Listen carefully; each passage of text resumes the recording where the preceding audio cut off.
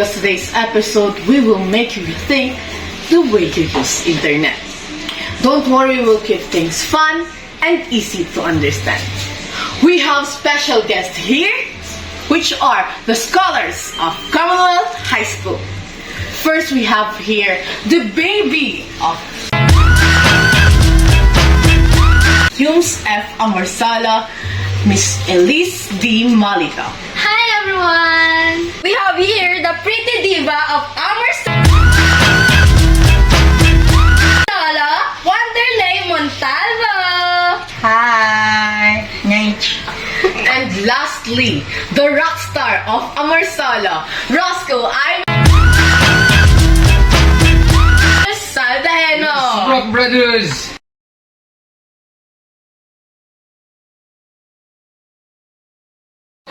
So let's start with the basics.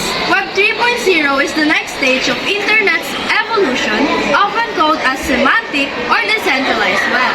Tama, kasi yung core features nitong Web 3.0, meron yung centralization, user ownership of data and digital assets, artificial intelligence and machine learning, interoperability, and a trustless information system. So, dito sa Web 3.0, yung mga user, they truly own their content, identity, and digital goods like NFTs. Kaya pala kapag pag nag-post ako ng mga dance videos ko na kumakalagdag ko, ibig sabihin sa akin yun. Like, hindi siya sa mga big companies, sa akin talaga siya. And if you turn it into an NFT, maybe you'll even get rich. Though hindi natin siya kung may bibili ba ng mga kaldag-kaldag ng videos, di ba? Grabe naman. Hindi na lang kaldag. Kaldag muna po.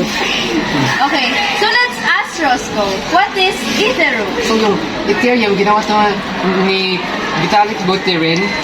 Kasama yung iba sa 2013 to 15, right?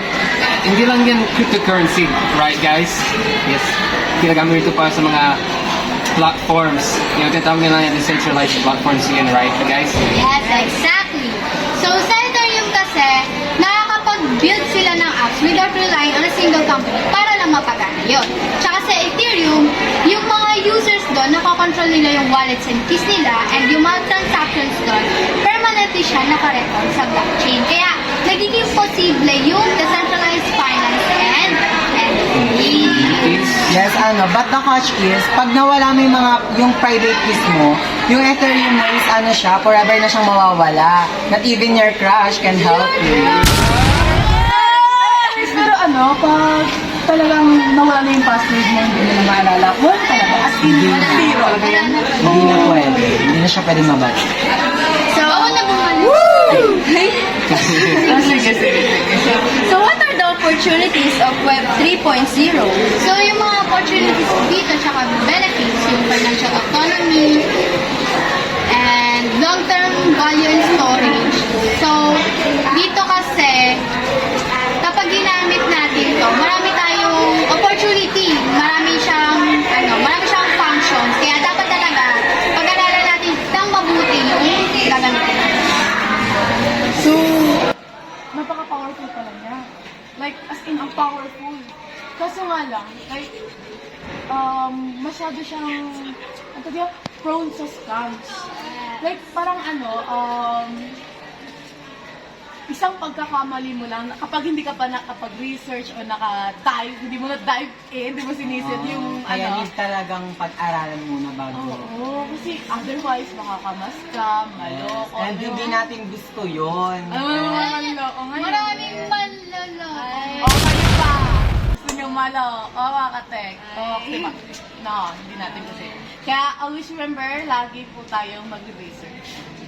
Yes! Okay. And ayun na nga, ikaw na. Okay, so thank you to our wonderful guests, Wanderlei Montalvo, Roscoe Saldaheno, and Elise Malito. Ayan. Muli maraming salamat po sa inyong pakikinig. Kami po uli ang Tech Talks. Maraming salamat. Bye, listeners! Bye guys! Bye-bye!